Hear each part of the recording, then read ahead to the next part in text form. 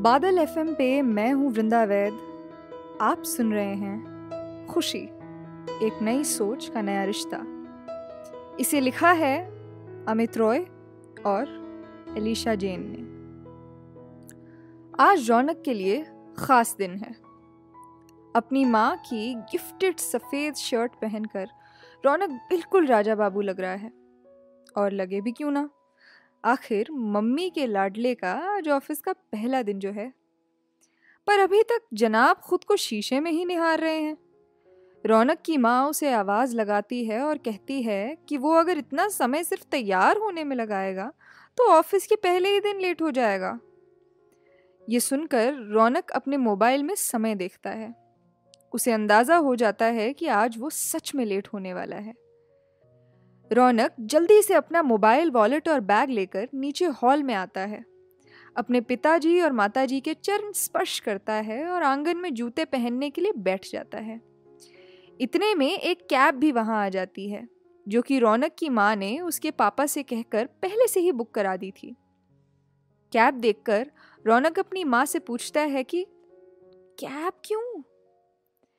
रौनक की माँ उसे कहती है कि उन्हें अंदाजा हो गया था कि रौनक आज लेट होने वाला है, इसलिए उन्होंने पहले से ही कैब बुक करा के रख ली थी।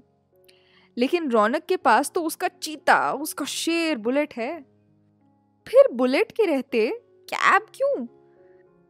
ये सवाल रौनक ने अपनी माँ से पूछा तो वो कहने लगी कि तू लेट हो गया है, इसलिए मैं जानती हूँ तू बुलेट बहुत तेज चलाएगा, जिससे एक्सीडेंट भी हो सकता है, और मैं ऐसा कुछ नहीं चाहती हूँ।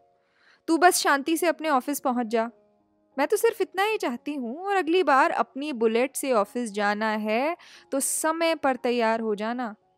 अभी कैब से जा। ये कहकर रौनक की माँ बुलेट की चाबी रौनक के हाथ से छीन लेती है और उसे वापस नहीं देती।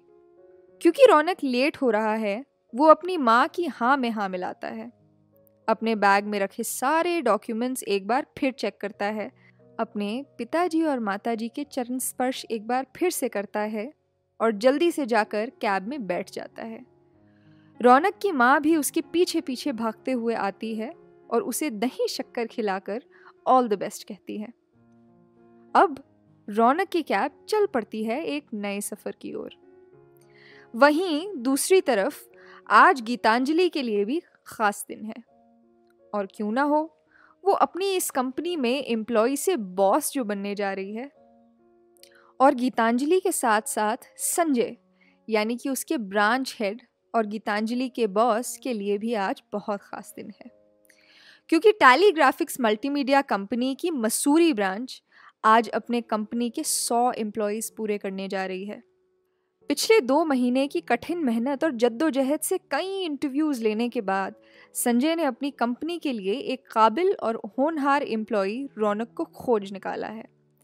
कंपनी ने 100 लोगों के स्टाफ का टारगेट पूरा किया है। पर अपनी कंपनी के लिए इस 100th एम्प्लॉय को खोजने में संजय की बहुत मेहनत और मशक्क़त लगी।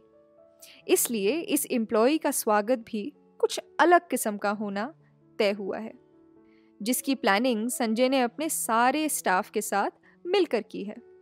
और एम्प्लॉयज़ भी एक्साइटेड हैं। ऑफिस के रूटीन से हटकर कुछ इंटरेस्टिंग प्लान किया है। संजय ने इसका कार्यभार गीतांजलि को सौंपा है। गीतांजलि एक नरम स्वभाव की लड़की है और ऐसा अनोखा स्वागत करना गीतांजलि के स्वभाव से परे है। इसी वजह से वो इस काम को लेकर थोड़ी सी नर्वस भी है, जिसे संजय भांप चुका है। वो गीतांजलि को कंफर्टेबल कराते हुए कहता है कि जिस कॉन्फिडेंस से उसने ऑफिस में टीम को लीड किया है, उस कॉन्फिडेंस को देखते हुए इस अनोखे स्वागत को और कोई लीड नहीं कर सकता। अपने बॉस का खुद पे इतना कॉन्फिडेंस देखते हुए गीतांजलि इस बात को चैलेंज की तरह लेकर अपना माइंड मेकअप कर चुकी है। और अब तैयारी है इस 100th एम्प्लॉय के स्वागत की। रौनक भी अब ऑफिस पहुंच चुका है। रौनक ऑफिस कैंपस पहुंचकर ऑफिस रिसेप्शनिस्ट सोनिया के पास जाकर अपना न्यू जॉइनी होने का इंट्रोडक्शन देता है। रौनक के आने पर सोनिया की आंखों में चमक आ जाती है, क्योंकि जिस एम्प्लॉय का सब इतनी बेसब्री से इंतज़ार कर रहे हैं, वो आखिर ऑफिस रिपोर्टिंग के लिए पहुंच चुका है। और अब आएगा मज़ा। सोनिया उसे रिसेप्शन के पास ही लगे सोफे पर बैठकर थोड़ा सा इंतज़ार करने को बोलती है और गीतांजलि को फ़ोन लगाकर इन्फॉर्म कर देती है कि रौनक आ चुका है, स्वागत की तैयारी शुरू की जा सकती है। इन सब बातों से बेफिक्र रौनक सोफे पर बैठा हुआ है, अपने बुलाए जाने का इंतज़ार कर रहा है। मन ही मन ये सोच रहा है कि यही वो ऑफिस है और ये वही नौकरी है जिसका वो सपना देखता था। कितनी मेहनत, कितनी पढ़ाई इस दिन के लिए, और देखो आज ये दिन भी आ ही गया कि तभी उसकी जेब में रखा मोबाइल उसकी माँ की इनकमिंग कॉल से बज उठता है। रौनक के फ़ोन उठाते ही उसकी माँ उस पर अपने सवालों की बौछार शुरू कर देती है। तूने मुझे अभी तक फ़ोन क्यों नहीं लगाया? तू ठीक से तो पहुँच गया ना बेटा? सब ठीक तो है ना? सारे डॉक्यूमेंट्स बराबर तो है ना? और सुन सुन सुन, टिफ़िन को सीधा ही रखना, नहीं तो सब्जी की तरह डुल जाएगी। तेरी पसंद की सब्जी बनाई है।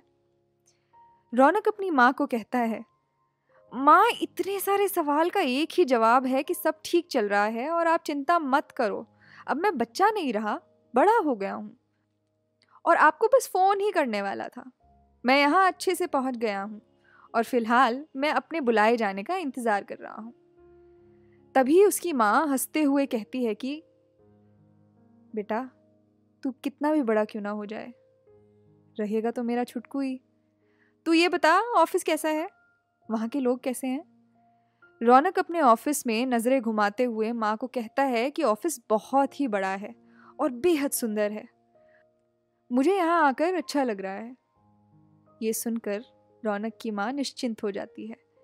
इतने में रौनक के पास से एक आदमी बहुत ही तेज़ी से दौड़ता हुआ एंट्रेंस से होता हुआ केबिन में चला जाता है और फिर वहाँ से अजीब सी कोताहल सुनाई देने लगती है। फ़ोन पे बात करते हुए रौनक अभी थोड़ा समझ ही पा रहा होता है कि सामने के केबिन से अजीब तरीके की सजी धजी दो लड़कियां बाहर निकलती हैं और रौनक के पास से गुजरते हुए उसे आंख मारती हुई चली जाती हैं। रौनक ये सब देख के थोड़ा सख्ते में आ जाता है और माँ को बाद में फ़ोन करेगा बोल के फ़ोन रख देता है। अचानक उसे ऑफिस का माहौल थोड़ा बदला बदला सा लगने लगता है। पास के केबिन से चिल्लाने की आवाज़ आने लगती है और अजीब सी तेज़ी से अंदर आया आदमी एक बार फिर दिखाई देता है और बहुत घबराया हुआ उतनी तेज़ी से बाहर की तरफ निकल जाता है। रौनक को ये सब एकदम अजीब लग रहा है। वो मन ही मन उन लड़कियों की इस अजीब सी चीप हरकत के बारे में सोच रहा है। रौनक समझ नहीं पाता कि एकदम से ऑफिस का माहौल बदला बदला सा क्यों लग रहा है और अपने नए केबिन में बैठी गीतांजलि सीसीटीवी कैमरा की स्क्रीन से ये सब देख रही है और उसे बहुत हंसी आ रही है। वो रौनक के घबराए हुए चेहरे को पढ़ लेती है और अपने केबिन से सोनिया को फ़ोन लगाकर रौनक को अंदर मीटिंग रूम में ले आने के लिए कहती है। सोनिया गीतांजलि का फ़ोन रखते से ही ज़ोर से रौनक का नाम पुकारती है। रौनक उठकर सोनिया के पास चला आता है। सोनिया उसे मीटिंग रूम का रास्ता बताती है।